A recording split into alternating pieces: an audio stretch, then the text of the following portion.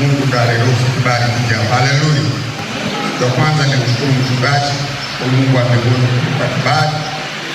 Mambo mengine ni ya Mungu mwenyewe. Haleluya.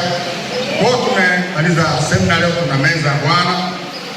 Kwa kabla ya meza ya Bwana tuna neno, lakini pia yenyewe itahusu meza ya Bwana. Yale ya semina ya jana. Haleluya.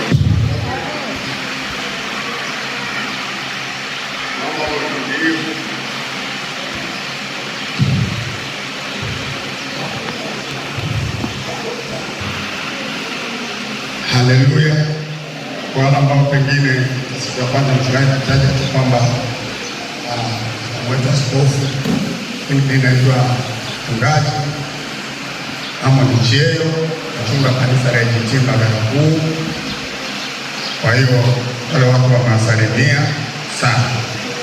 Bwana asifiwe. Tuangalie kitabu cha Ibrania ile sura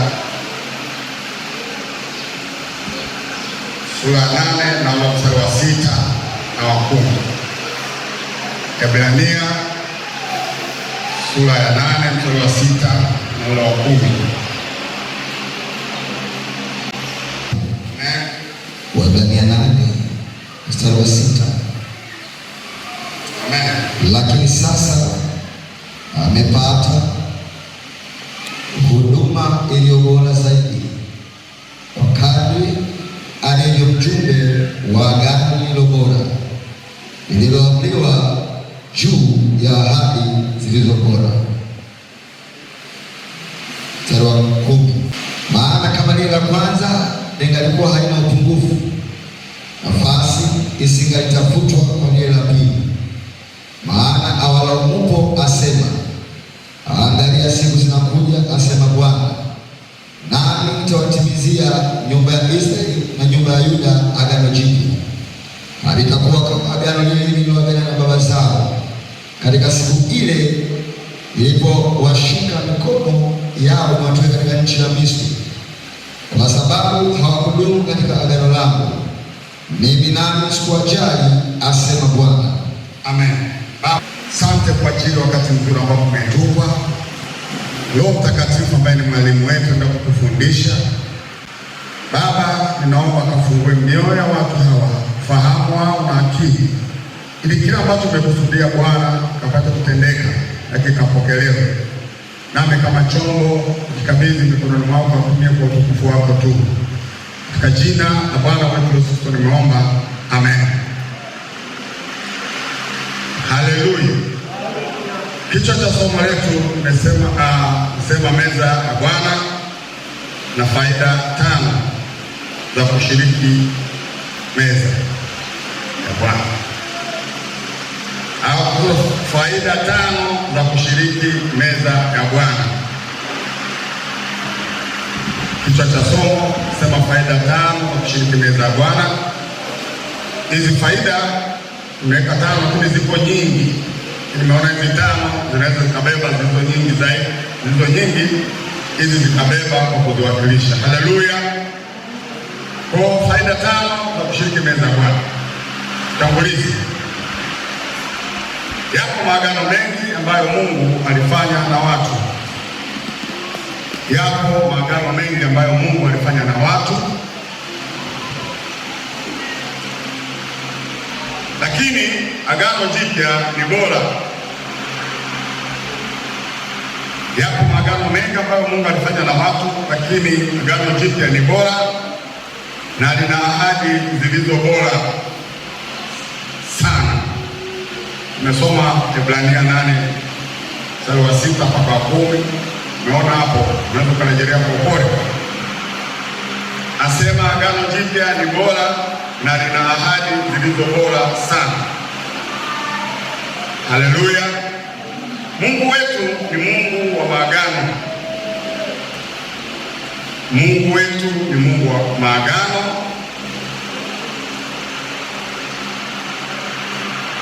Na damu inanena mema.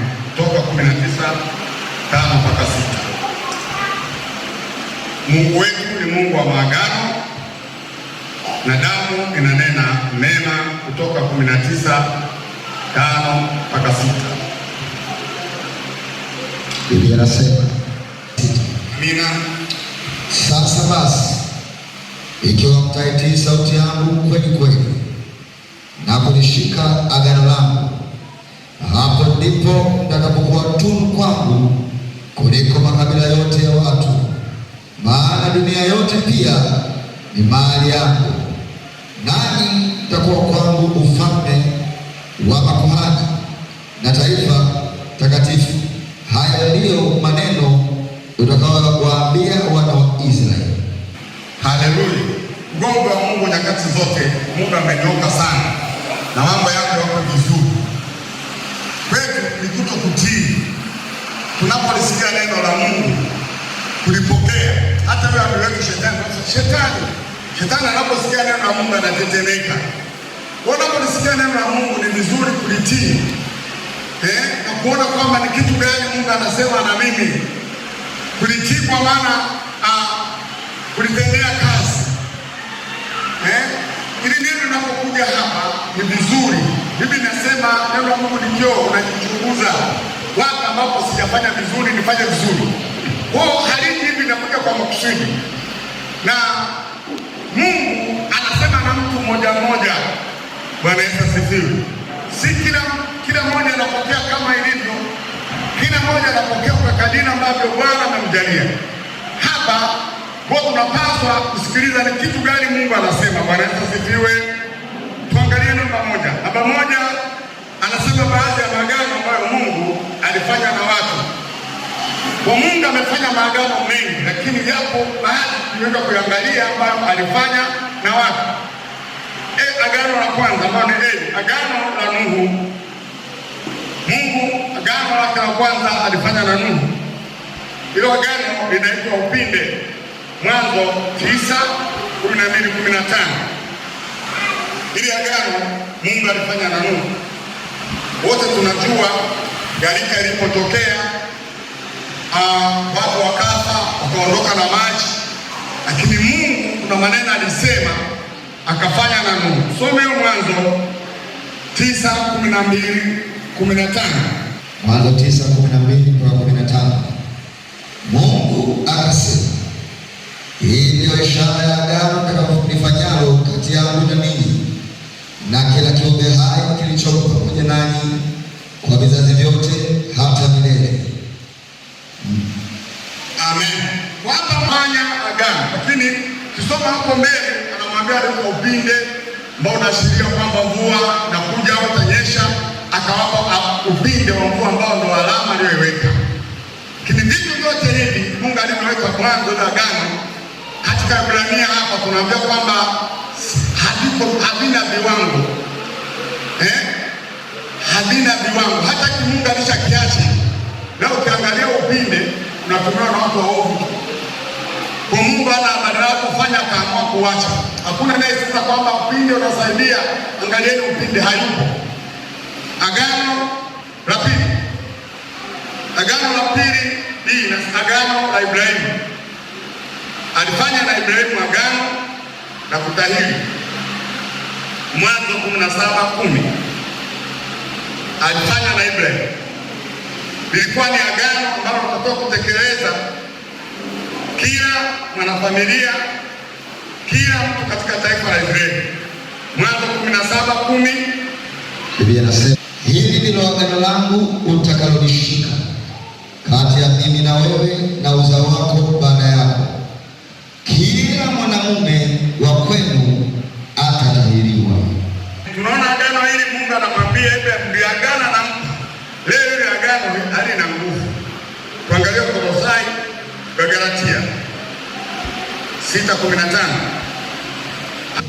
Wa Galatia 6:15. Amen.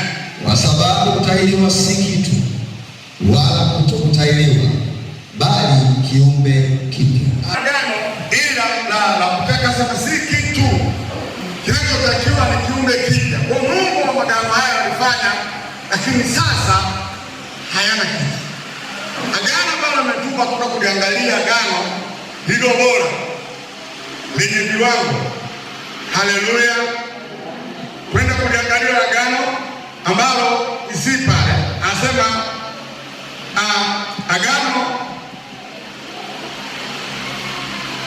agano ambalo Bwana aliachilia kupitia Bwana wetu Yesu Kristo ni agano la chakula.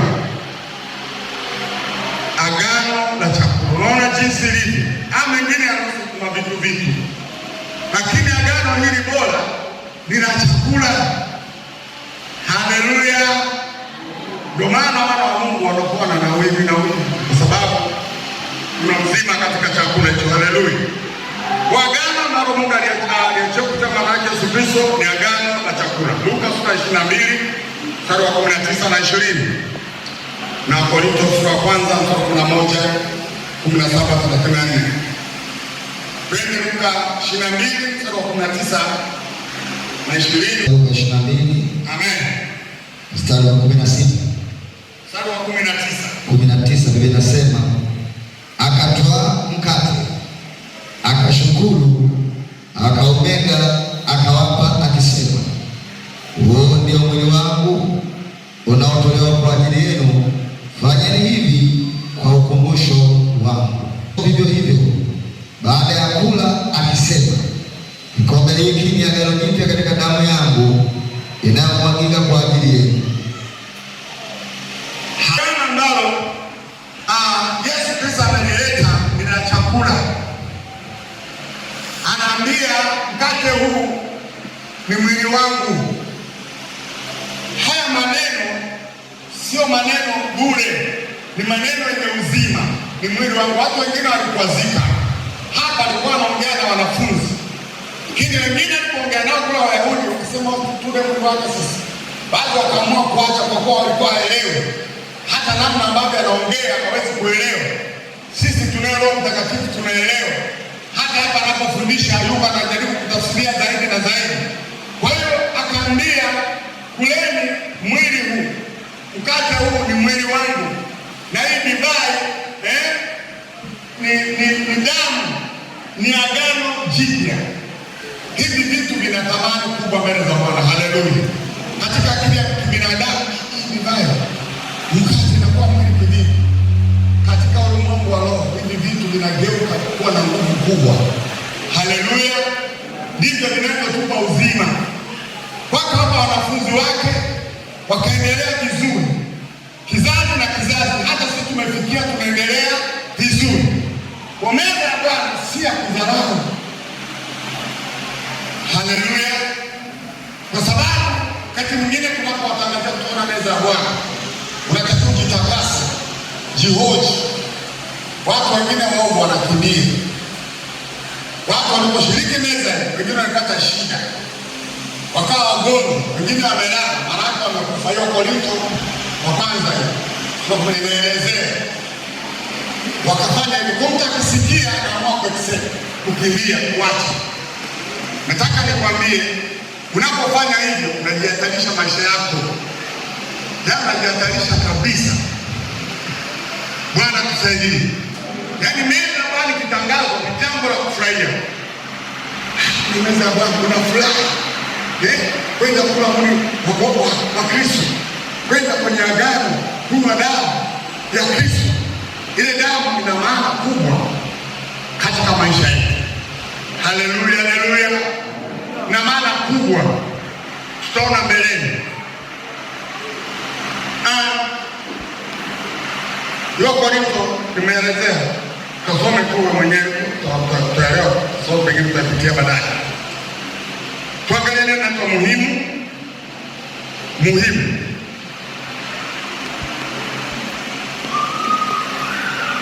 Damu yako ikishiriki meza ya Bwana inakuwa haifai kwa matumizi ya kichawi na kiganga. Kolosai 3:3. Damu yako inaposhiriki meza ya Bwana inakuwa haifai. Yaani mchawi hawezi kuchukua damu yako. Haigusi, haifai. Kiona naona hapana, asili haigusi. Sasa wale ambao wanakimbia utakuta asubuhi unaamka, asubuhi unaamka mwili hauko vizuri, wachawi wanakugeuza udongo unaopenda, na anaweza kachukua hata maisha yako, wakachukua kaondoka. hapa pepo yananyaga damu. Kwa hiyo ukiwa na damu ya Kristo uko ndani ya mwili, unakuwa uko salama. Kolosai 3:3 inasema, Kolosai 3:3, kwa maana mlikufa na uhai wenu umefichwa pamoja na Kristo katika Mungu. Umefichwa pamoja na Mungu, umefichwa. Nasema damu inakuwa ifaa kwa wachawi. Kule Mbeya tumoja ganga kienyeji mchawi alimwendea mchungaji. Kama mchungaji, mimi nataka kuja kwa Kristo. Nimechoka kuroga ganga, nataka nije kwa Kristo. Nataka hivi, lakini na vitu nataka ukachome vile vitu. Viko nyumbani yake, viko porini. Kabebana na mchungaji wake. Yule mchungaji kaenda porini. Walipofika kule porini, yule jamaa akasema, yangu na hivi, hebu sikuona, sikiliza anavyofanyaga. Akaanza kuvisemesha, vingine vinarukaruka. Mchungaji anaangalia tu, vingine vinafanya nini, anamwangalia. Baadaye kabla hajamaliza vile vitu vyake vingi, mchungaji akasikia vibaya. Hapa kuna kitu cha kujifunza. Kwa mchawi amekwenda kwa mchungaji, ana dhana yake. Sasa mchungaji sikia vibaya, kaamua kuondoka, hata vile vitu hakuchoma. Nguvu zimeisha. Anafika nyumbani, akamzatishia mke wake, kilichotokea akafa. Sijui ilikuwa hivi, lakini sasa siri hapa anajua mwenyewe. Kwani kwa kufuata mchungaji, mkawapa kuwaeleza wao, wakashindwa namna ya kufuata ule mganga. Unajua mganga anamuua mtu, mganga kwa Mungu. Na kweli tena mtu mkubwa kabisa mchungaji. Sura jamaa hakuishia pale. Wakaenda kongamano tena kule Uyole. Akaenda mchungaji wale kongamano, mchungaji wa Mungu. Wakakuta kwenye saa 11 mnaambiwa kwenye maombi yuko katikati yao. Jamani, yule ndio mchungaji hapa. Wakamshana. Leta kaza kupiga wengine. Usipige jamani, usiue. Wewe piga kaza kupiga. Kwa nini ufanye hivi? Mwache usimuue huyu. Wenye hasira na mchungaji wao amekufa. Piga vizuri. Wakasema msimuue. Wewe kama mchungaji akasema mimi nilitumwa na kuzimu kwa chukua watumishi wa Mungu. Kwa hiyo nikaenda nikamdanganya vile tulikuwa tumevitengeneza vizuri. Kwa hiyo nikaanza muonyeshea vinarukaruka, kumbe ndio vinamaliza. Nikamaliza, lakini ilipofika kuripoti kule inapotakiwa nikaripoti kuzimu, wamekataa. Kwamba hii damu yake haifai, kalete nyingine. Kwa hiyo nilikuja hapa kuja kuleta damu nyingine. Kumbe yeye kujua kwamba damu za wachungaji wote kule hazifai. Wameenda kuchukua nyingine katikati ya kusanyiko. Wala wachungaji wakaendelea kupata hasira. Kwa hiyo umekuja kuchukua damu nyingine tena nije ile kule wamekataa kwamba ifanye, kalete nyingine. Sasa hapa inakuja maana kwamba damu ya mwana Mungu,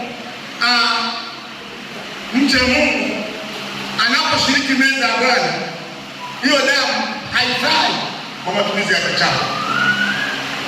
Haifai kabisa. Hawaitaki. Bwana tusaidie. Lakini damu inayotakiwa hapa ni utakatifu. Hii damu inatakasa. Na inatakasa tunaposema damu. Tunafanya meza ya Bwana. Hii damu inapoingia kwenye miili yetu inatufanya tuwe na nguvu. Bwana Yesu asifiwe. Lipo andiko hapa linasema neno la Mungu ni moto ulao. Unakuwa ni moto wakati damu ya Yesu Kristo iko ndani ya damu yako, ndio ina moto. Lakini damu kama ya Yesu Kristo haimo mle ndani, hamna wewe chochote. Hata pepo kikemea alishiriki chochote. Kwa hiyo hii meza ya Bwana ni ya muhimu sana kwa ajili ya kuchaji miili yetu. Kisha fika hapa wewe umesha kushiriki meza ya Bwana, uko katika hali njema. Bwana mbinguni atusaidie. Haleluya. Kwa meza ya Bwana wakati mwingine washirika mnapaswa kudai. Tunaona kwa meza ya Bwana wageni kudai. Haleluya. Kupata uzima. Hata mchungaji kuona hapana, kanisa lao nataka tupate meza ya Bwana. anampenda na anajua umuhimu wa meza ya Bwana. Haleluya! Sasa anajitahidi mchungaji, mtu mwingine anaescape. Badala ya kujitakasa, endelea kusoma hii Kutoka hii ilikuwa na utakaso. Wakati Wanaisraeli wanasema Musa, tumechoka, endelea kusoma huko mbele. Kwa hiyo kutuletea habari za Mungu, na sisi tunataka Mungu huyo unayeongea naye, tunamtaka. Musa akamwambia Mungu, akamwambia waambie wajitakase, waambie wakafue mavazi yao, ndipo waje utakaso. Haya majamaa siku 3 walifua nguo zao, walifua sabuni zinaisha na kuishi. Lakini Mungu aliposhuka, hakuna aliyeingia, wote walikimbia. Kwa sababu walifua mavazi, kumbe nafua mavazi ndani. Wakasema Musa, wewe Mungu wako si atumtaki tena. Wewe ungeaga naye tuletee. Alishuka kwa nguvu. Mungu anapokushukia ukiwa mtakatifu, unatabasamu, ile nguvu unaipokea. Lakini ukiwa mwovu, hali ni mbaya. Mungu atusaidie kuendelea kumpendeza Mungu kwa kuwa watakatifu. Haleluya! Kuepuka vikwazo na adha mbalimbali za kishetani. Haleluya! Maisha yetu yanapaswa kuwa watakatifu. Mhubiri mmoja, mhubiri wa Injili, anasema kitu kile kama kupita vioni wako napita mhubiri. Sasa anasema kulikuwa na binti. Ile binti alikuwa anamwambia niombee, nenda kwenye mtihani, anamwombea. Mwanzo alikuwa afanye vizuri, lakini kila akimwombea anafanya vizuri sana. Ile binti akasema, mchungaji, yaani kama unavyoniombea fanya vizuri, Mungu akubariki. Akaanza kumbariki na sadaka zake zile fedha anazopata chuoni, kumikopo ile kipata na mpa yule mchungaji. Mchungaji, tusaidie katika safari, hata maji njiani, nampa. Haleluya! Wakajenga uhusiano wa kumpa mchungaji, sio anamuombea. Na alikuwa hawezi, sasa anaweza vizuri. Haleluya! Sasa wakati mwingine tunamshirikisha mchungaji mambo yake. Sasa kapata mchumba. Na mchungaji yuko Dodoma, nimepata mchumba hapa. Kama tumuone mchumba wangu, na pia tuombee, hamna shida. Kile na muda nataka kusafiri kuja na mchumba na naondoka. Akasema wacha subiri kidogo tumuone kuombee. Akasema hamna shida. Njoo.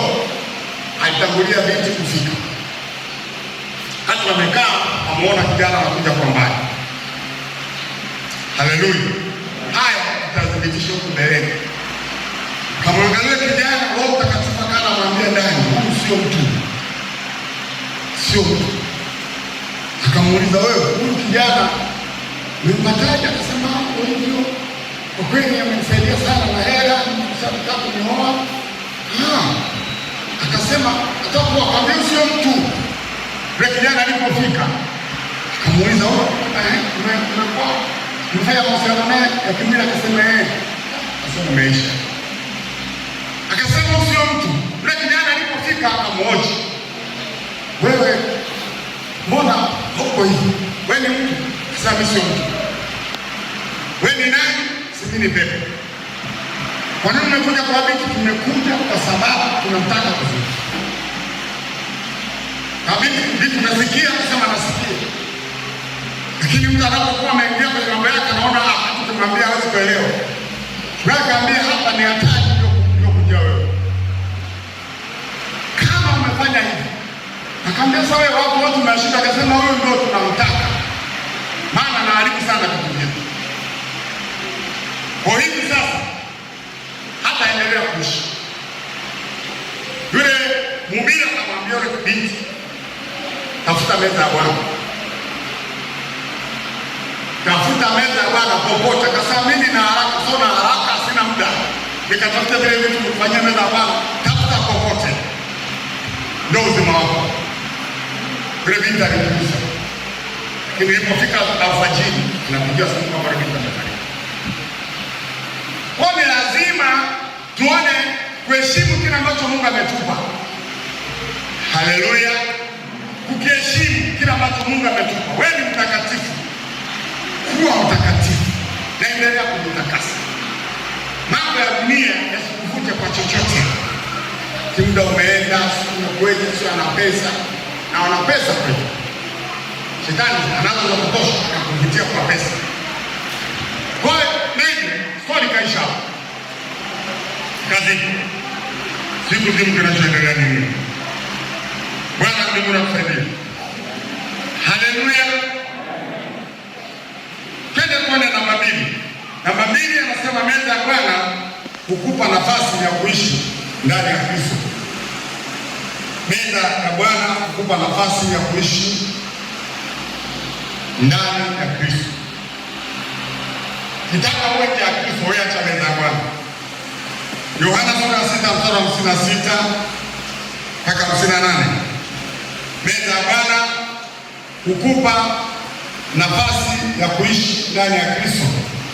Yohana sura 6:56 na Yohana 6:56 mpaka 58. Aulaye mwili wangu na kuinywa damu yangu hukaa ndani yangu, nami hukaa ndani yake. Kama vile Baba aliye hai alivyonituma mimi, nami ni hai kwa Baba, kadhalika naye mwenye kunila atakuwa hai kwa mimi. Hiki ndicho chakula kishukacho kutoka mbinguni, si kama mababa walivyokula wakafa, bali akilaye chakula hicho ataishi milele. Amen. Ataishi. Magonjwa hamna. Utaishi milele. Yesu atakaa ndani mwako kama anavyokaa baba yake. Anavyokaa ndivyo utakavyokaa kwako. Lakini mwanadamu anakimbia. Anaona maisha maovu ni mazuri. Mimi nasema hivi, kanisani kwangu na mimi nawatangazia. Maana ukija kwa meza Bwana. Nikiwatangazia hivyo, tena nawaambia mjitakase. Sikuwa nafungua wengi sana. Mambo sikuelewa. Alafu kwa sababu wanataka kujificha, wanakuja kwa hawaji wiki ya meza Bwana na inayofuata. Inayofuata ndio wanakuja. Wanakimbia. Haleluya. Anasema mtaishi milele. Wakati mwingine watu wanakufa, si wakati wa kufa. Lakini kwa sababu tulivyeletea vitu Bwana viwe juu yetu, tunavikataa. Matokeo yake mtu anakufa. Na kwa sababu ni binafsi yako, unakuzika kufanya nini? Umeugua, tunaokuja hapo tunakuombea, unatoka jasho, kumbe mambo mengi kusababisha mwenyewe. Hata kupona kwenye uboni. Sasa unayasababisha, umesikia, umependa dhambi. Baada ya kujitakasa, muombe Mungu akusamehe, upate kuwa na nguvu, kuendelea vizuri na Kristo, unakimbia, unatafuta kifo. Kwa hiyo Yesu Kristo anakaa kwetu kupitia meza ya Bwana. Na tunakuwa na uzima, kisha tutakuwa na utele. Haleluya. Namba 3, meza ya Bwana inakupa uzima wa milele. Meza ya Bwana inakupa uzima wa milele. Yohana 6:48 na 47. Inakupa uzima wa milele. Tunaposema uzima wa milele, si kuishi hapa tu. Hata maisha ya kikoma hapa, unaenda kuishi maisha mengine mazuri. Hauendi jehanamu. Haleluya. Wewe jehanamu, meza unapokula shida. Yesu alifanyeni kwa ukumbusho. Wewe inakupa uzima. Unaondoka hapa duniani ukiwa katika hali njema ya furaha. Unaenda kwa Baba. Kwa sababu maisha haya si tunakufa. Haleluya. Yohana 6. Biblia inasema 7:48. Amin nawaambia, yeye aaminie yuna uzima wa milele. Mimi ndimi chakula cha uzima. Mstari meishe 48 mpaka 57. Baba zetu walila mana jangwani wakafa. Hiki ni chakula kishukacho kutoka mbinguni, kwamba mtu akile wala asife. Mimi ni chakula chenye uzima kilichoshuka kutoka mbinguni. mtu akila chakula hiki ataishi milele, na chakula nitakachotoa mimi ni mwili wangu kwa ajili ya uzima wa ulimwengu. Amen. Ni kama unavyoona tu vya kawaida, mkate, divai, lakini tangu tulipoanza kutangaza vikija ndani hapa, sio mkate wa kawaida, sio divai ya kawaida, ni damu ya Kristo pure. Haleluya. Na yeye anatuangalia namna tunavyoshiriki na ambavyo tunakwenda kushiriki hiyo meza ya Bwana. Lakini tumesema kujitakasa. Unapojitakasa inakwenda vizuri. Unajua damu ya Kristo inapoingia kupitia meza ya Bwana, ikikuta pasafi inaenda vizuri moja moja pale. Inapokuwa inagonga, anaposema kuna watu wengine wamelala, ndio kwa hii. Wengine ni wagonjwa.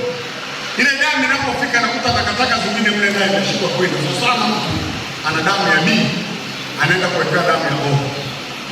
Ile damu lazima ichafuke. Lazima imeletee misukosuko. Ndivyo ilivyo meza ya Bwana. Ukiwa mchafu lazima ukupe misukosuko. Sasa misukosuko mingine itakuletea shida. Kama sisi namna gani tutaondoka? Ni lazima tujivunie utakatifu tuliopewa na Bwana. Haleluya. Wokovu ambao Bwana ametupa tujivunie. Yesu alikufa msalabani, anatoa maisha yake pale kwa ajili yetu. Ameacha enzi, kiti kule juu na mamlaka yake anakuja kwa ajili yako. Wakati mwingine Bwana anatutunza na kutupigania. Kama si Bwana pengine usingekuwa hivi. Wengine tumeokoka kwa sababu Bwana ametuokoa katika mambo mabaya. Kwa nini tusikumbuke kumwona Yesu anatufanyia mambo mazuri? Wachao wataka kutumeza, lakini tuko hai. Wamejaribu kutana huku na huku, lakini hamna, tuko vizuri. Inatosha kumheshimu Bwana kwamba Bwana, hapana, niendelee kujichaji, niendelee kuwa na nguvu. Haleluya, haleluya. Wewe kwa mfano kama wewe binti anaelewa kabisa process zote, akaruduniwa na pesa, na wale jamaa wana pesa, anaambia pengine kununulia gari utamani kubwa hata milioni 600, hakujengea gorofa. Tena gorofa 3 na kujengea. Hapana. Kama kuuza wokovu. So wewe bwana, si kumpata process taratibu. Unajua kama kupata mchumba, taratibu zinaendaje unajua? Anakudanganya bwana, sisi tunaona tu ana shida na unakubali. Unachafua damu ya Kristo. Unaichafua. Matokeo yake damu yako inafaa kuchukuliwa. Na yule mchungaji mmoja akasema huyu angefanya ile damu angepata meza ya Bwana, singekufa. Lakini kwenye kamelewa na zile fedha, anamuona mchungaji anachosema si kitu chochote. Fedha ziko hatutakufa huyu. Unajua wachungaji wengine wivu mwingine. Naona mwanamanga na pesa fanya wivu. Kumbe tunaandaa najiangalia msiba na mbinguni siwezi kwenda. Nishatenda dhambi. Kuna kitu kibaya kama dhambi. Kwa nini dhambi hili ilikuwa mbaya hata inaweza kusababisha vitu vya namna hiyo? Kwa sababu kuta ile mahusiano, ile dhambi ina mahusiano ya moja kwa moja. Kwa kuna vitu vinaingia, na maana damu ya kipepo iliingia kuingia na kwake. Kwa alikuwa rahisi kusema chochote kwa maagano ya kishetani na kuondoka duniani. Mungu atusaidie. Inawezekana watu wengi wanaondoka kwa sababu hatujui. Maana mtu maisha yake si maisha peke yake. Kisha huwa anamwambia mchungaji, mimi naomba niombee. Akiruka alipokuwa kazini, alipopita, kampata Bwana kufanya nini? Hatujui. Niombee mchungaji, tunaomba wewe. Hapo bado mchungaji anaendelea tunafunga na kufunga. Mungu anamfungia mtu ambaye tayari ameshakufa shetani. Na bata shida Mungu anakuangalia. Bwana tusaidie. Wasaidie wachungaji wetu kwa sisi kwa watakatifu. Haleluya, haleluya. Haleluya. Namba 4. Meza ya Bwana inakupa nafasi ya kumkumbuka Yesu. Inakupa nafasi ya kumkumbuka Yesu. Jamani, watu wanakumbuka siku za kuzaliwa, watu wanakumbuka wazazi wao, nakuta wanaandika kwenye gazeti, tunamkumbuka baba yetu kwa mwaka 19 sasa. Kwa tunamkumbuka Yesu. Yesu ninamuona Yesu si kitu cha kawaida. Yaani hatuna chochote lakini anatulinda. Yesu ajabu kabisa. Tunawashangaza waganga kienyeji wachawi. Haleluya. Tunawashangaza. Kwa hiyo tunapokuwa na majaribu yote tunakumbuka fadhila za Bwana. Haleluya. Tunamkumbuka Yesu kwa kufa kwake. Nilipokuwa masomoni Tabora. Masomoni. Tulipokuwa kwenye masomo tulikutana watu mbalimbali. Tukakutana na mtu mmoja anafanya kazi moja. Yule jamaa akawa anasimulia watu na walimu wamekusanyika pale wanasimulia. Akasema jamani, moto ulikuwa vitu vya ajabu sana. Kwanza watu wanamshangaa. Mbona nani kwenye moto ulikuwa nani? Uogopa mimi uogopa. Anasimulia vituko vya nne. Hii kazi akasema nimeanzisha baba. Sasa tunasimulia watu kusikiliza. Siku moja wanajeshi fulani walipata ajali. Wote walikuwa na leki moja bakiti. Hata walipofika usiku wa manane wakaamka wakaanza kupigana. Naambia acha. Nikapiga makofi. Wala chini karao. Sasa tukamwona mtu wa ajabu kweli. Kwa walimu wakawa na mwogopa. Hata masomo pale kwenye chuo chetu palikuwa karibu na hospitali ya Mirambo. Kwa hiyo akifa mtu yeye ndo anamwita anaenda kuhudumia yule aliyekufa. Watu wengine wachache wanaenda kumpa siku 2 anakaa siku 6 kama mtaka. Walimu akija hakuna naye muuliza, wanamuogopa. Sasa kule kunakuwa madaraka, kisha madaraka kunakuwa kazi na mamlaka fulani. Mimi nikapewa kazi ya polisi. Sio kazi yangu ya polisi, kazi wale polisi na baba nikapewa kazi. Sasa kazi nilipopewa kusimamia pamoja watu wa kuchemsha maji. Nikapewa pia kuonyesha zinesi kwamba papande maua kapanda. Kana wasimamia wale maua yanamwagiliwa. Sasa jamaa akaenda hakuniaga. Wamempa siku 2 akakaa siku 6. Anakuja yale maua yamekauka. Sasa mkuu anakuja kunifokea mimi. Wewe tulikwambia wakati kuna maua yamekauka. Kaambia kwa nini? Huyu anayemwagilia mimi sijui kwa wapi. Hakukuaga sasa kuniaga. Sasa kuna mkauka. Usingemwagilia wewe. Nasema mimi sikuaga nifanyaje? Sasa tunataka maua umwagilie. Tuwe kidole cha panakuama. Kama kilio sasa ile jamaa pale. Haleluya. Na leo Yesu sio wa kawaida. Bwana Yesu asifiwe. Mtu aliyeokoka hatishiwi na si mganga wa kienyeji, si pepo la namna gani. Hamna. Haleluya. Yule jamaa nikamwita, wewe uko wapi? Unajua kazi yangu? Ulipewa siku ngapi? 2. Wanaume zidisha siku zote hizo. Mimi hawanioji. Bado na fadha kuona nyoto wewe nikamwambia maua yamenyauka. Kuanzia sasa ninakutaka mwakili hapo Tabora inapasuka duniani. Nikute pameloa. Tena nikija nachomeka mti hivi. Karibu mita 1 inakwenda chini. Unijui mimi nikamwambia tunakujua. Wewe nani? Ndio vipi? Nakujua.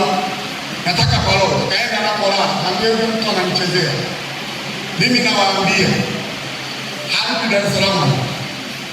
Yaani ninachokwenda kumfanya mtaona atakuwa anabeba maiti kutoka kule hospitali analeta na nipeleka.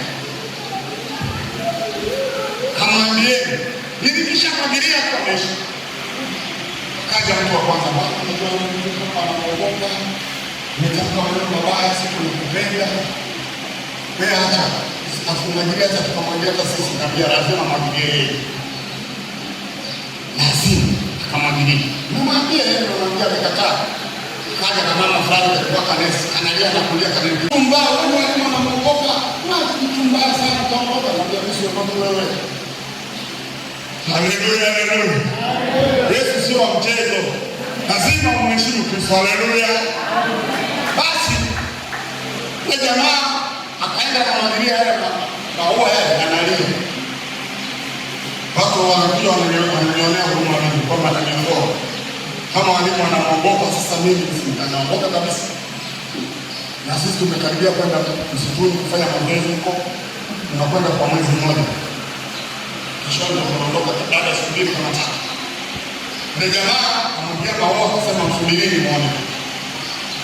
Kesho yake kama leo, kesho siku tunaondoka. Mtu mmoja kanijia akaambia watu, yule jamaa yuko kanda. Ameota majitu. Hawezi kutembea. Haleluya. Na mimi nikaenda kufikisha niliponiona naja kukutana. Sisi kesho yake tunaondoka kwenda Malindi. Tumekaa Malindi mwezi mzima. Na tunarudi wanaambia kwamba jana ndio msimama. Sasa watu mambo mema kama haya hawayasemi. Ila nimebeba maiti mimi ndio wamesema tulimwambia, unaona? Tulimwambia. Basi anaambia jamaa hafai kabisa nusu. Jamaa nusu. Haleluya. Ni kwa sababu ya Kristo, hatuna kitu chochote, lakini tunabeba Kristo. Haleluya. Haleluya. Lazima Kristo umheshimu. Lazima umheshimu. Unakuwa kuishi. Sija alikuwa kama hivi. Sasa nitako kule shetani kutafuta kwa. Na kutafuta. Si kwamba tunafanya haya hajaturegesha mitego, kuna mitego umetegeshewa kabisa. Yeye shetani anasema na mapepo yako kwamba hapa hatoki. Lakini unachoka salama. Bwana Yesu asifiwe. Unategeshewa kama ni mwanamke, unategeshewa mwanaume kama ni unategeshewa. Ndio ndio ndani atajua kwamba nimepata, lakini asipate taratibu pesa zikamlewesha. Hata kadhalika mwanaume wewe na analetewa mabinti, analetewa mtu yote, unaweka chini. Kataa aibu hiyo. Kataa. Kuna wakati mimi nilikaa mwezi katikana. Shetani ametegeshea na watu wanaangalia jinsi ambavyo ningeweza kuingia kwenye geti ikapita.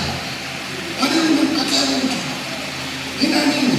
Wakanisema wale walio juu yako wakubwa wanaweza kufanya chochote. Kila ambapo unaweza kufokea, wakanisema. Kile hivi vitu ndivyo viliponipa nafasi kule Tabora. Haleluya, haleluya. Kwa sababu ningaki kuwa msafi. Yule jamaa akashinda kagonga mwana. Na akasema huyu jamaa nuksi. Nuksi unajua kitu kisichofaa kabisa. Sisi tunafaa kwa Bwana. Haleluya. Kama akiwa na Bwana uondoke hivi. Lakini kisiri kifanye mkono. Mimi ningesha Tabora kwa mwili wa salama. Hili haiwezekani. Nimesema na bagina ile sema meza ya Bwana inakupa nafasi ya kumkumbuka Yesu. Kumkumbuka Yesu wakati mwingine ndio unazokalia. Ndivyo tuseka pale msalabani. Mateso yake tu. Hakuwa mtu akuteseka. Biblia inasema kufanya dhambi yote, lakini akafanyika kuwa dhambi ili wewe na mimi tupate wokovu. Yesu anasema alikuonea huruma. Alikuonea huruma. Unavyoona wanyama porini, wanavyoonea wakubwa, wanyama na simba anakamata swala, anakamata nini? Wanalalamika, wanalia. Ndivyo shetani alikuwa anatuonea. Yesu anasema katika Isaya kwamba aliona kama hatuna mchungaji, tuko porini, yani kondoo wale hawana mchungaji. Mtu anajikamatia, akaamua kujivua. Kwamba mimi nakwenda, azaliwa kama mtu, akuokoe wewe. Alafu nafanya mchezo. Haleluya. Kajifanya kama mtu. Lakini hakuwa na dhambi, akafanya kwamba na dhambi. Sisi tuwe na nguvu. Leo tuna mamlaka. Akasema hakuna kinachoweza kukatisa. Tumepewa mamlaka kukanyaga shetani mwenyewe, unakanyaga. Ile Luka 10:19 tumepewa. Magonjwa tumepewa kuyakanyaga. Haleluya, haleluya. Kanyaga shetani, kanyaga magonjwa. Vitu vyote tunayo mamlaka. Hakuna kitu ambacho Bwana amesema kwa ajili yetu. Kwa tunamkumbuka Yesu. Naye anasema tukumbukeni hivi. Tusome Luka 22:19. Japo tumesoma kwa sote tuko somo tupende. Luka 22:19. Biblia inasema, Amina. Akatoa mkate, akashukuru, akaumega, akawapa akisema, huu ndio mwili wangu unaotolewa kwa ajili yenu, fanyeni hivi kwa ukumbusho wangu. Amen. Akatoa mkate. Hii ndio ukumbusho wa mwili wangu.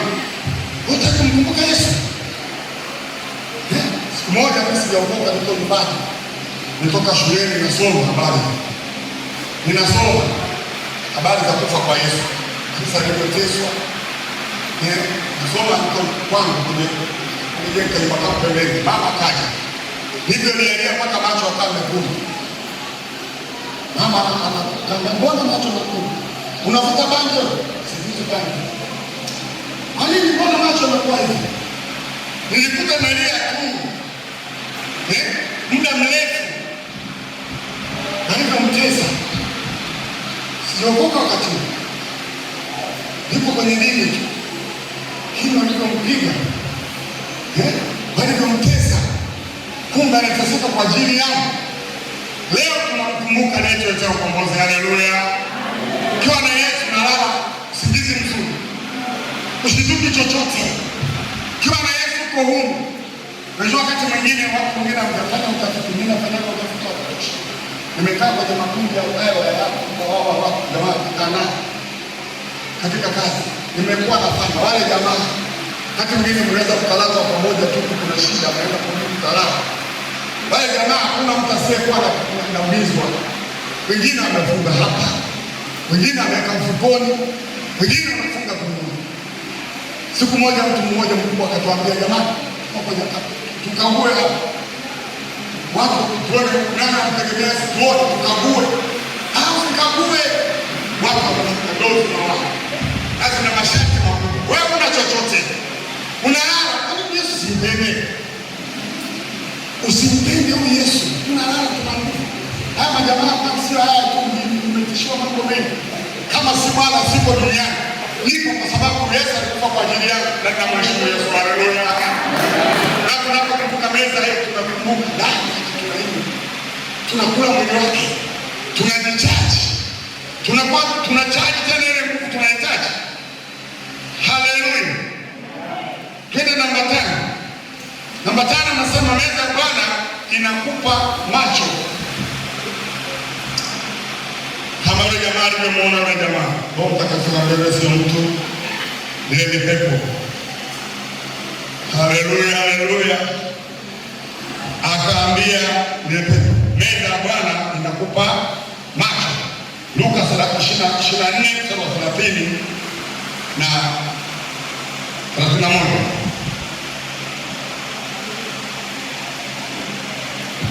Luka 24 mstari wa 30 na 31. Ikawa alipokuwa ameketi nao chakulani, alitoa mkate, akaubariki, akaumega, akawapa. Yakafumbuliwa macho yao, wakamtambua, kisha akatoweka mbele yao. Amen. Yakifungua macho. Kama jamaa wamekula wako mezani wanakula, hawajui kama ni Kristo. Wakatoa shakufa amefufuka, wakaa. Walipokula tu macho wakafunguka. Wakaona. Haleluya. Kwa meza ya Bwana inatufungua macho tunaona. Wewe unaona chao yule agenti huyu ni nani unaona. Macho yanafunguka. Jamaa walifunguka. Amen.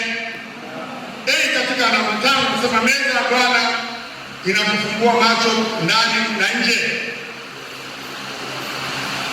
Meza ya Bwana inatufungua macho ndani na nje, kwa maana macho ya rohoni na macho ya nje haya kawaida inakufungua.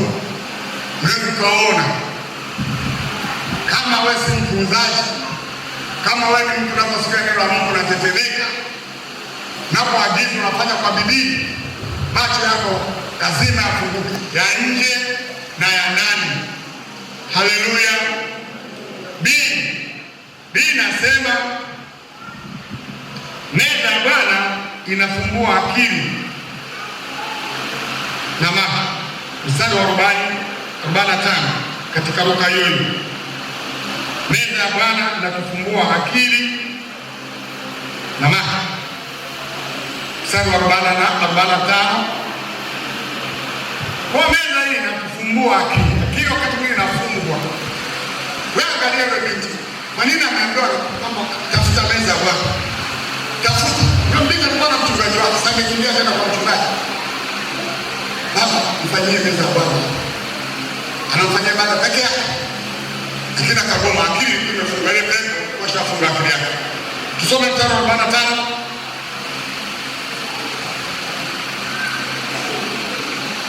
Somaji au 24:45.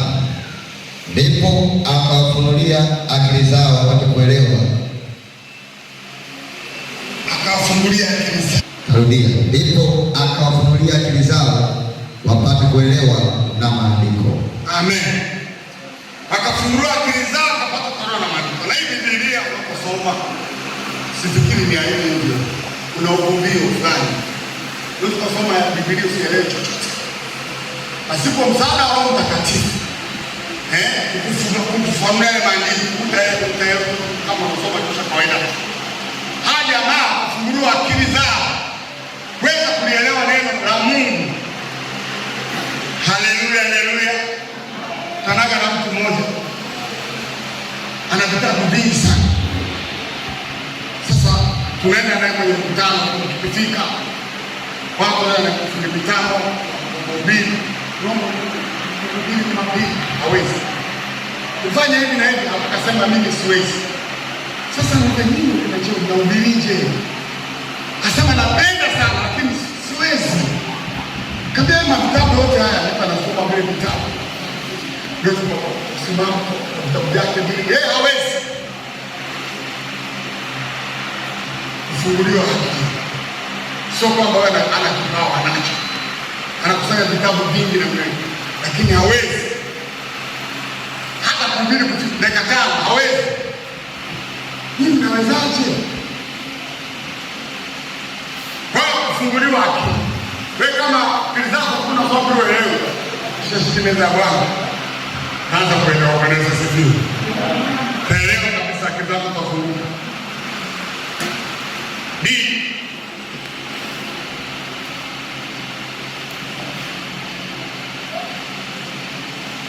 Meza ya Bwana inatufungua macho. Meza ya Bwana kufungua macho na unaanza kuziona fursa zilizoko mbele yako. Meza ya Bwana kufungua macho, unaanza kuziona fursa. Siku mbili tulikuwa tunajifunza mambo ya uchumi ya Roho Mtakatifu. Na ujue fedha na kusudi kwa lako kuwepo. Kwa sasa kisha unashika meza ya Bwana unafunguliwa fursa, unaanza kuona. Niambia jana kuna vitu vinakuwa vimefungwa akilini uoni. Watu wanauza mandazi, wanauza samaki, wanauza vitu mbalimbali, wana magenge, watu wana migahawa ya kina mama hao malishe, wanapata fedha wanasomesha watoto wao. Wewe uona chochote, fursa uoni. Mimi haya maisha ya sasa sivyo, lakini ukishafunguliwa utaona kumbe naweza kabisa. Na unaweza na Bwana anakuwezesha. Unatoka pale ulipo unaenda mahali pengine, so unaona kumbe ninaweza.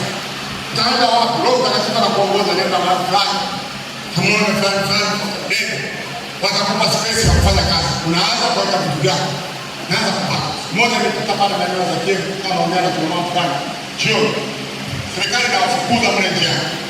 Ambia mtatoke hapa mkakae kule, wala mama anawafukuza tunafukuza. Wanakaa mpaka saa 7 wanauza. Nasema sisi hapa kama sasa hapa mimi nasomesha watoto wangu. Hapa kiangalia watu kadhani kama anaweza kupata kitu pale. Na kama vitu barabarani kuna meza yake amepanga. Hapa na chiki sindizi vitu gani? Akasema hapa nasomesha watoto. Akasema usione hapa, tunapata hela na ondoka na hela. Huko wanaponiambia niende tapata. Kiniwana wafalme wa Mungu. Ndio tunanunua kwao. Ndio tunanunua mapatiji na kila kitu. Sisi hapana kuchunguza. Lazima meza Bwana macho yanafunguka. Haleluya. Unaanza kuziona fursa. Pia Kitu kingine ambacho pia tunakuwa tunakosea, tunapokuwa tumeshabarikiwa tunaacha kanuni. Kila ufalme una kanuni zake. Ufalme wa giza una kanuni zake, ufalme wa Mungu una kanuni zake. Napaswa kuziheshimu. Bwana Mungu tuwatendea tena. Wanabadilika kama hivi.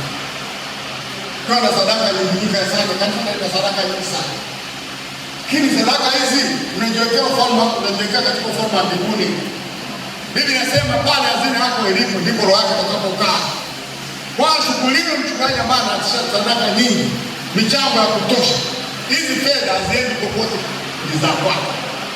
Haleluya. Hizi zingine unazotoa za harusi, sijui za kufanya nini, hizi hazina chochote.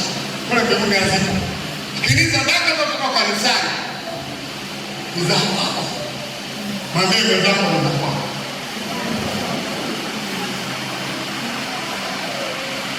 Hiyo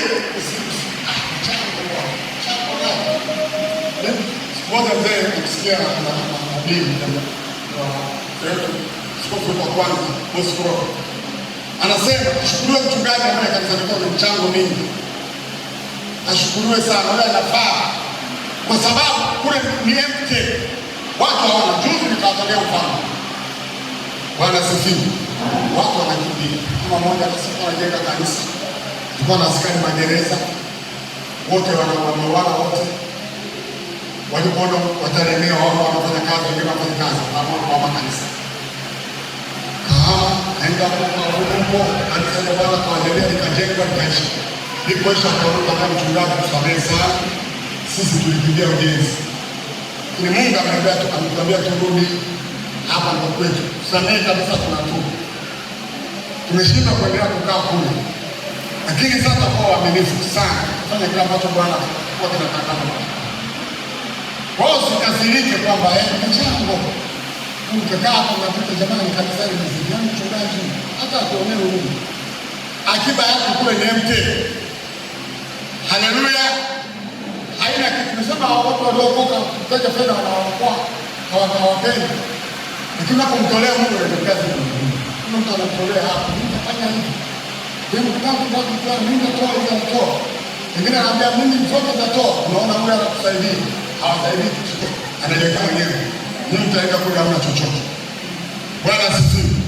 Hizi fedha ni amana. Kama Mungu alimtoa mwanae pekee, kawaachia enzi na kila kitu akamtoa. Nafikiri tunapotoa fedha, Mungu hana fedha na anatupima uaminifu. Haleluya. Mungu alituandalia kila kitu na yeye akamaliza kila kitu. Hapa kanisani nenda kushiriki mbele ya Bwana. Kaona wazee wakiota ndoto, tutetea ndoto, wengine wakitabiri, makundi yale na tabiri, wengine vijana kama maono. Tungapi ninaona hivi, taka kuja na ubiri huko, fanya nini? Huyu uko vizuri, nataka kwenda hospitali, ninataka kwenda magerezani. Wale watu wengine wamefungwa muda, wana makosa, wanahitaji injili, nataka kwenda. Shetani anakuzia, nenda hospitalini, utembeke machupa ya migani. Kile mama akuokoe muone yote. Wao wana machupa, wamama wamebama ndani yao, wana machupa wengine ya blue, wengine nyeusi. Wanaye tena wanaona wewe nenda nani wanataka majina tuko huko unapoona mtu wa kanuni wewe unataka zero anaomba kijana unaweka kitu na wewe unaogopa na kuna lodge na kuja kuzaa mtoto mwenye roho ya ajabu roho mbaya, sio umekuwekea kitu ambacho sicho, na sasa tujaenda kuombea na kuwapelekea chochote. Biblia inasema siku ya mwisho watu watajitetea mbele za Bwana. Kata sema njoni kwangu mimi niliyobarikiwa. Nilikuwa gerezani pia kuniona. Nilikuwa hospitalini mkaja. Nilikuwa sina kitu mkaja kukanipa. Kanipa maji hapo. Mimi nilifanya hivyo. Nilipofanyia mmoja hapo nilifanyia nini? Wako watu wakati mwingine wanateseka sana. Watu wanapita inamwagika. Manguo yanajaa kwenye makabati.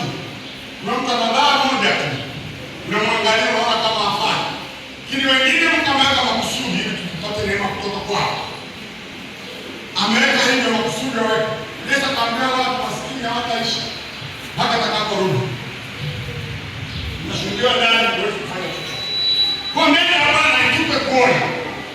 Itupe tukaona watu wa magerezani, tukaone watu wa hospitalini, tuangalie wajawazito, tuwaone wanapojifungua, tuwahudumie.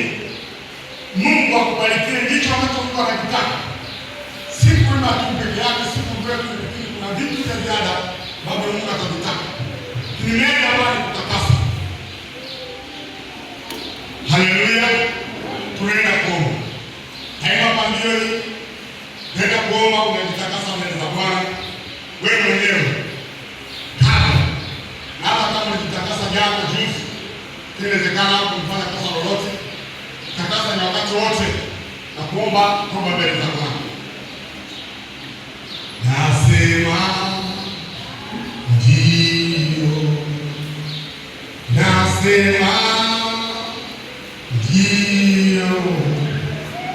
Ndio Bwana. Ndio Bwana. Nasema ndio. Nasema ndio. Nasema ndio.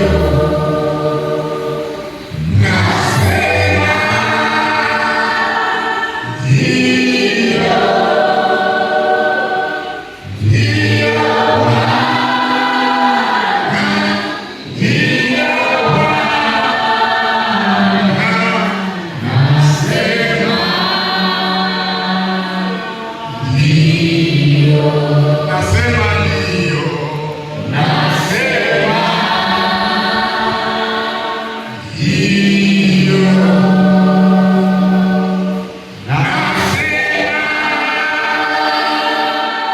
ndio.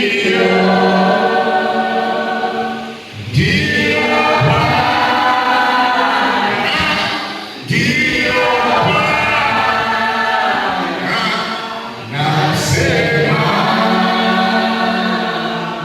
ndio. Nasema ndio. Nasema ndio.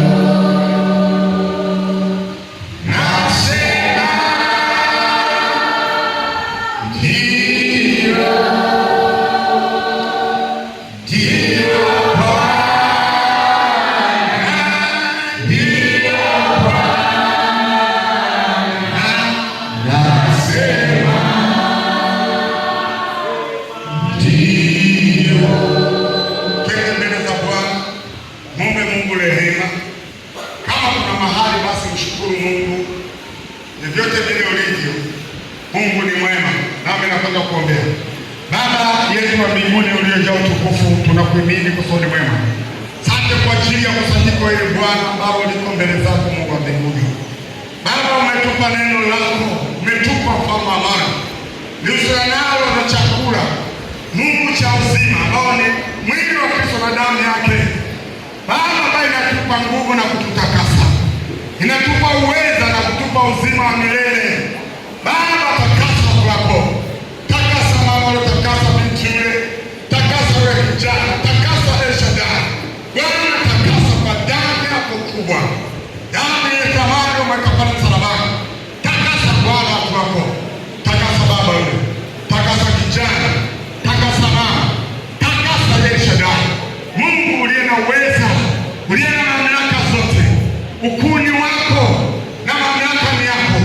Wewe ni Mungu uliye na nguvu, uliye na mamlaka, usiyeshindwa, unayesikia kilio cha wanadamu. Nguvu zako na mamlaka yako, tukufu wako Bwana, mamlaka yako Mungu wa mbinguni, sifa na utukufu ni vyako. Wabariki watoto wako Bwana, wakawa watoto wema machoni pako, kawa wenye kuona vitu, kawa wenye kutabiri, kawa wenye kuona fursa. Bwana, inua moja moja, wabariki watokapo waingiapo, tukufu wako ukashuke, katika jina la Yesu Kristo aliye hai. Baba, nimeomba na kushukuru katika jina la Yesu. Nasema ndio, nasema ndio, nasema ndio, ndio Bwana, ndio Bwana, nasema ndio, nasema ndio, nasema ndio, nasema ndio, nasema ndio, ndio Bwana, ndio Bwana, nasema ndio.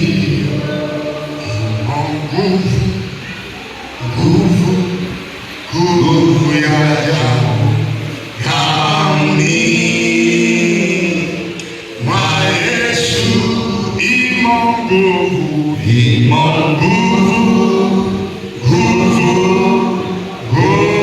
ya ajabu ndani mwa Mwana-Kondoo. Umeweza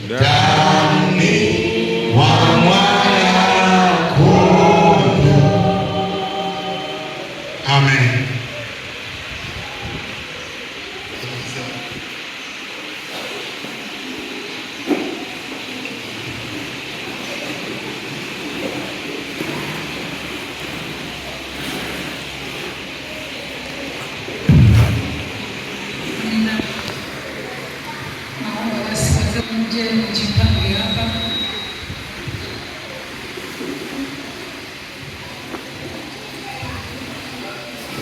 Taka wawili tu, wawili wapike na kiume.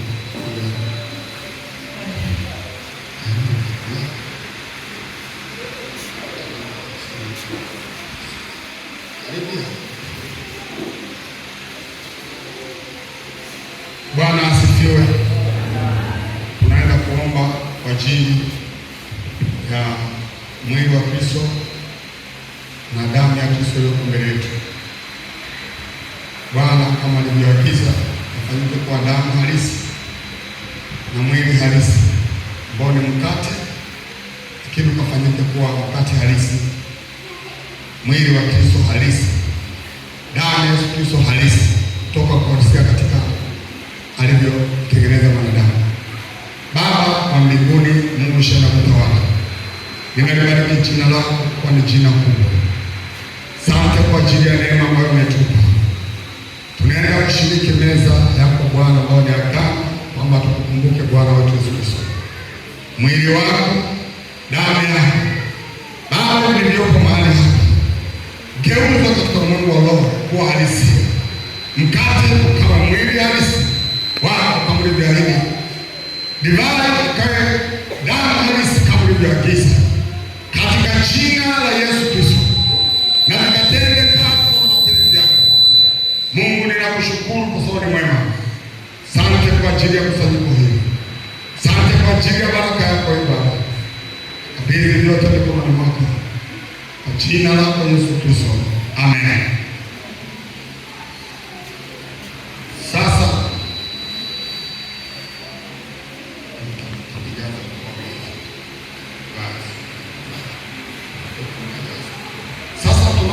kushiriki meza ya Bwana, wanaopaswa kushiriki watu kuanzia miaka kama amebatizwa ana siku za maisha tabia ya 18 kama amebatizwa maji mengi, nenda kushiriki meza ya Bwana.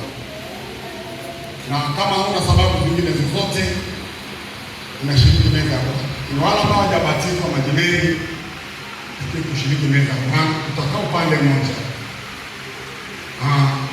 Wala ambao kushiriki meza ya Bwana, kama uko huku kae upande mmoja, wala ambao hawashiriki wakae kama wako katikati yetu. Wote naona tunajipanga vizuri. Haleluya, haleluya. Kwa kukaa kimya na kukaa kutokuwa na movement inaonyesha kwamba wote tuko vizuri. Kwa hiyo tunaenda kushiriki meza ya Bwana na maandalizi tumekushafanya. Tubaki sasa ni kwenda kushiriki meza ya Bwana kama ambavyo tumekusudiwa na Mungu wetu wa mbinguni.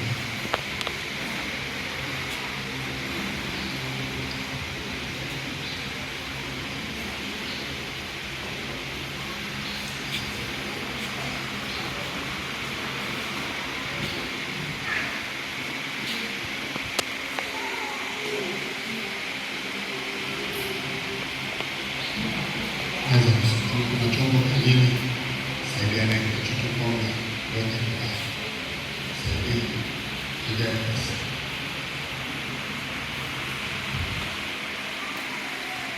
Katekesi ya rohoni namba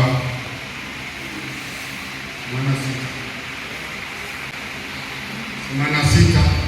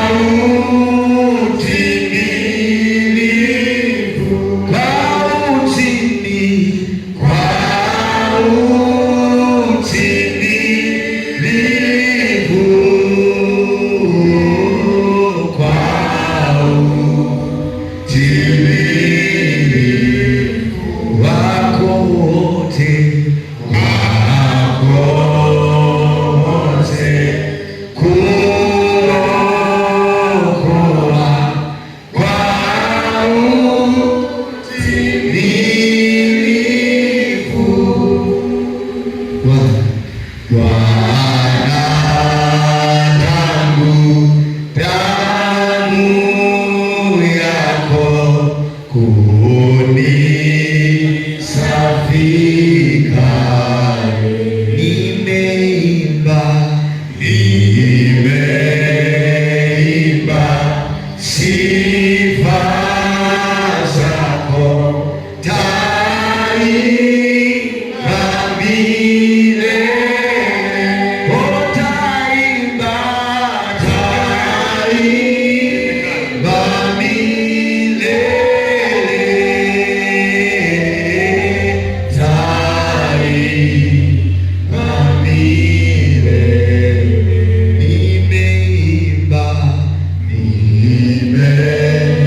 Nimeimba sifa zako taimba milele,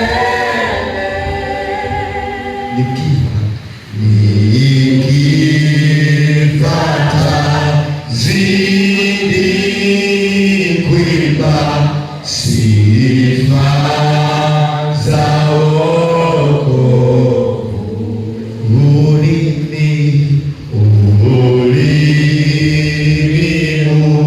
japo nyama vumbini mwa vumbini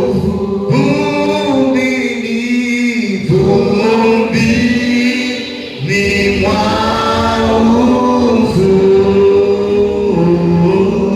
vumbini mwa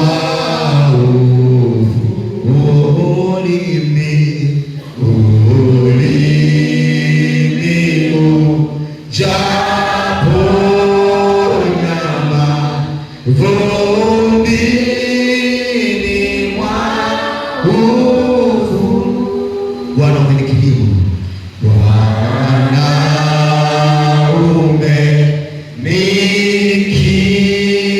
umenikirimu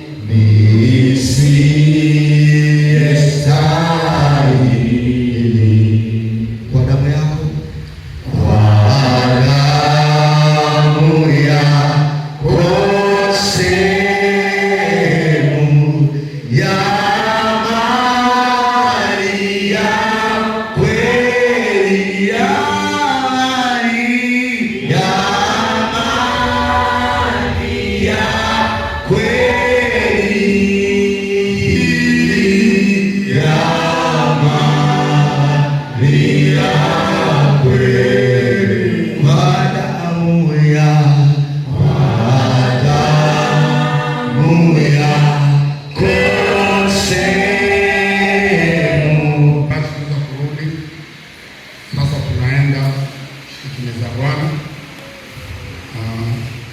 enda kushiriki kati unachukua, alafu nasubiri tutakula wote kwa pamoja. Haleluya! Kwa hiyo